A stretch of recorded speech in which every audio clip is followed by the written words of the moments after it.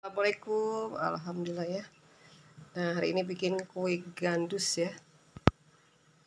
Salah satu varian ya kue khas Palembang. Namanya kue gandus. Seperti ini. Ini lagi proses pengukusannya.